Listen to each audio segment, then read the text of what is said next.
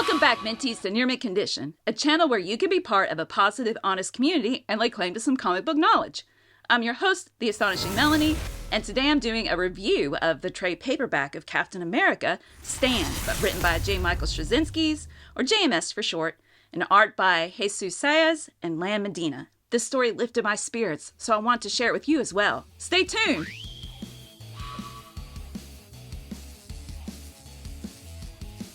Thank you to the fine folks at Marvel and David Gabriel for sending us this review copy. I've only read Captain America and team-up books and the beginning of Ed Brubaker's run, so when I saw that Straczynski was writing this character, I wanted to give it a shot because most of his Spider-Man run holds a special place in my heart. This trade collects issues 1 through 6 from the 2024 Captain America run, with Bellardino Bravo doing inks on 6, colors by Matt Hollingsworth and Espen Grundentern, and letters by VC's Joe Caramagna. Retails for $19.99 and is 160 pages. I'll be discussing the first issue in detail, and before I discuss the rest of the trade, I will let you know to hit the timestamp to skip spoilers if you so desire. Straczynski weaves a story throughout these 6 issues that jumps back and forth between the past and present in each issue. He focuses on how Steve Rogers is helping people in his civvies and as Cap in his superhero uniform, and it focuses on what he was up to after he was orphaned as a teenager before he joined the army. I'll give you a hint. He worked hard and didn't give up. More than one issue ends with Captain America in a fighting stance saying some version of "let's go." I love the design of this table of contents. The first issue starts with a lighthearted tone. Cap is thinking about how superhero stories begin and also how he loves fighting the bad guy on his bike. Straczynski then switches gears and focuses on more real-world issues. He's been living in his childhood apartment home, Cap has, not Straczynski, but the owner is tearing it down and selling the lot. Cap asks for a loan from Stark and buys the building in order to become the new landlord. JMS built some character development with Cap reminiscing on how he visited his father's grave with his mother, how she would watch him when he walked to school, and how he would look back in order to see her in the window and take a snapshot of her in his mind as well. This plays an important part in setting the tone for the flashbacks throughout the book. I love the part about taking a mental snapshot. I did so recently when my 2 daughters found out that they not only passed their martial arts test, but did so with flying colors. I literally thought, take a mental snapshot of their beaming faces. The color artists differentiate the past and the present for the reader by using muted colors and for the past and slightly more vibrant colors for the present, with the differences in the color palettes being more prominent in issues 1 through 3 that Matt Hollingsworth colored as opposed to Espen Grundentern's work in issues 4 through 6. So here's an example of the more muted colors. Perhaps this is because the first issues had a bit more of a dreamy quality to them, while the last 3 are down to the nitty-gritty of fighting. Since Straczynski is in control of the narrative, he creates a tiring marathon of fighting for Cap in order to throw him off his A game for a future story point. He spends the equivalent of days fighting without food or sleep in Subatomica. That way he's too tired to notice a robber pull a gun on him behind his back. A citizen yells out a warning, though, and Steve is safe. After a flashback of him working hard during his childhood and him commenting on the state of affairs with Germany and the Nazi Party, the narrative jumps back to the present, and he thanks the man who helped him and offers him a job renovating the apartment building. Jesus Saiz, the artist on issues 1 through 3, did a great job of creating Steve's look of determination. Right here. And right here. Near the end of the issue, JMS takes the reader on another flashback to 2 years ago in South America. We see that Travis Lane is in search of a demon called Asmodee the Undying. It ends up that his guide is actually possessed by the demon and leaves his body in order to inhibit Lane's.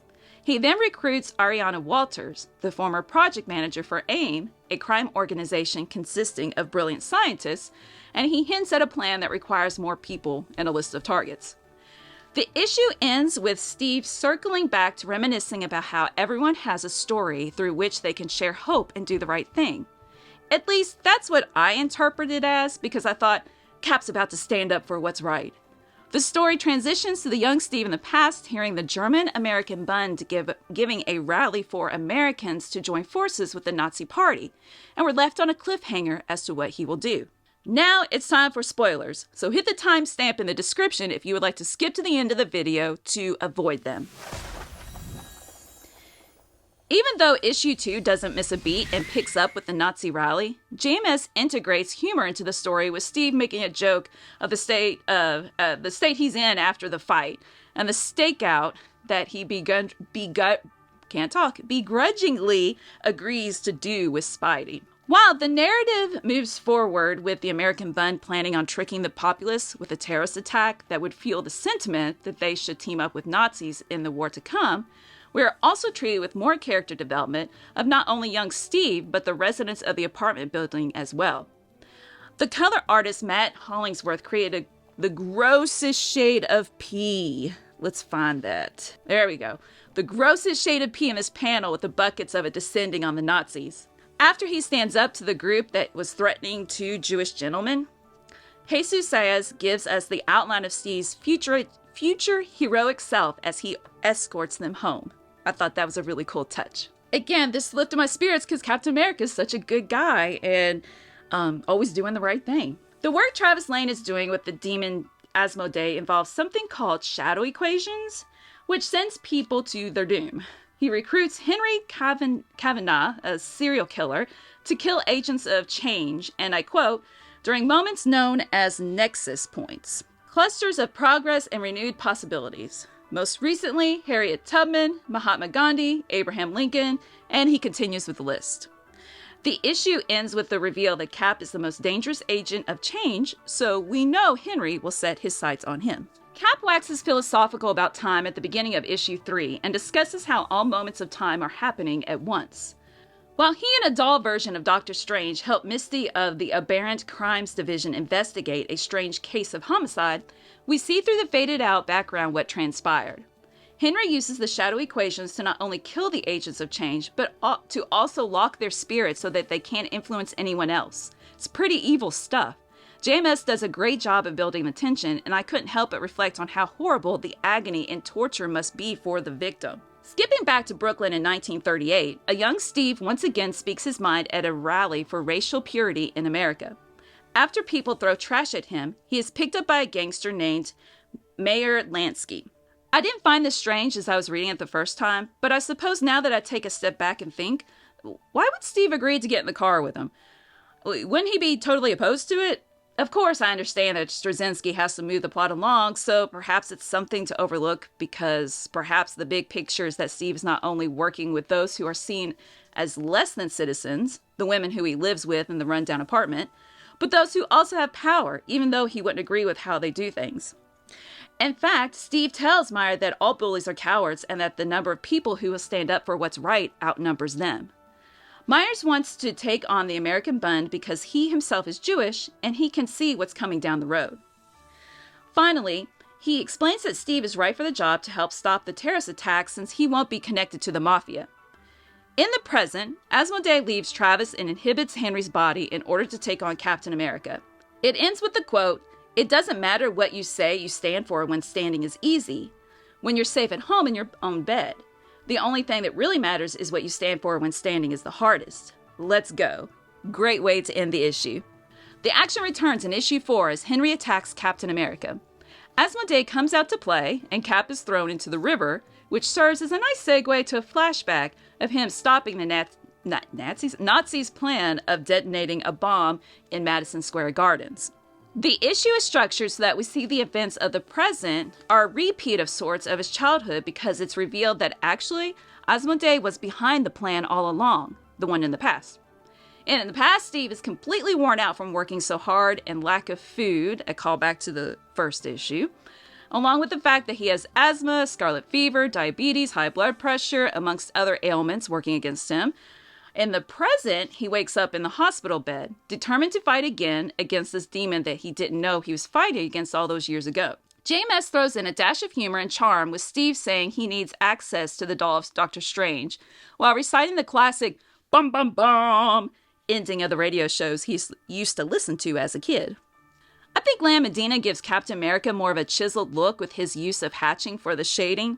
He had more of a smooth, innocent look in the first issues.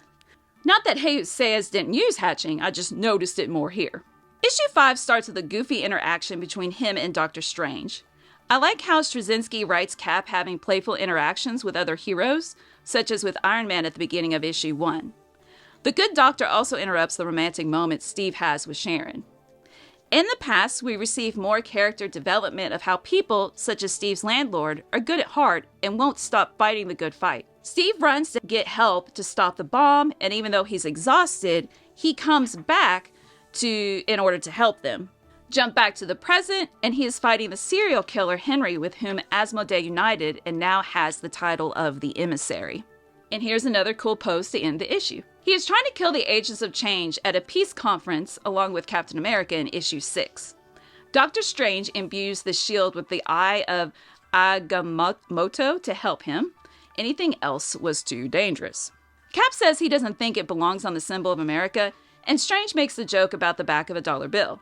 First, we experience the climax of Steve's past battle with him driving the bomb into the river before he stands his ground in the present by simply saying no to the demon and not letting him go, even though Strange said there would be consequences for destroying a king of hell.